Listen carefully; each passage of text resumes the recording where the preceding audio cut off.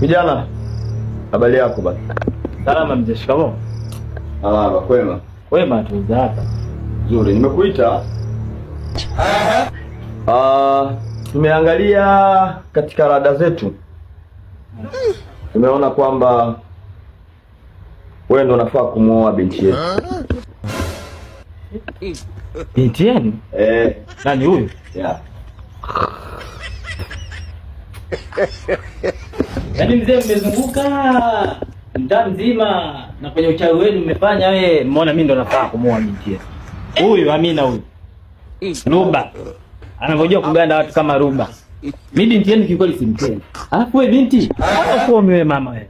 Hivi kwa nini unanifuatilia? Wewe unataka nini kwenye maisha yangu? Mzee wako umempanga wewe, umembwagiza. Ina maana amekuja anajiita. Ili mimi nije ni subiri mwanangu. Alokuita ni mzee wake na Amina. Si umeelewa? Sasa unaona kama unamsulubu. Sisi tunakuomba umuoe binti yetu. Wewe ndio kama umeokota ndodo kwenye 40 mwanangu.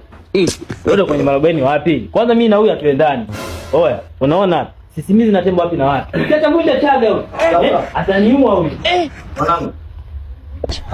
Nakuuliza mara hizi. Mara 3. Utamuoa binti yangu umuoi? Ona nitisha, simuoi na sitaki. Utamuoa binti yangu umuoi?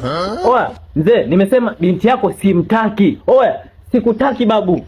Nakupenda mwenzio. Nakupenda mwenzio. Oya, wewe binti, tusizoeane mama. Nimesema sikutaki. Kijana, hili ni swali la mwisho.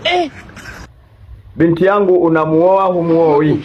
Oya, binti yako simuoi. Alafu mzee naona sasa mmeanza kunitia. Oya, mimi siwaogopi. Mimi mwenyewe uko wangu mkubwa vile vile. Kuna kina Mwamaso, wakina Mwamposa, wakina Mwandambo, wakina Mwakibesile, wakina Mwambakata, wakina Mwakipwito.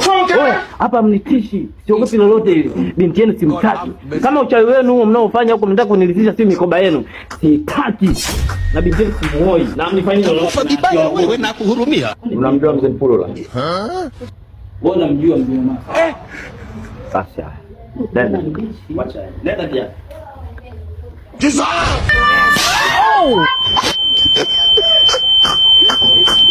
Utamuoa binti yangu humuoi? Basi namuoa.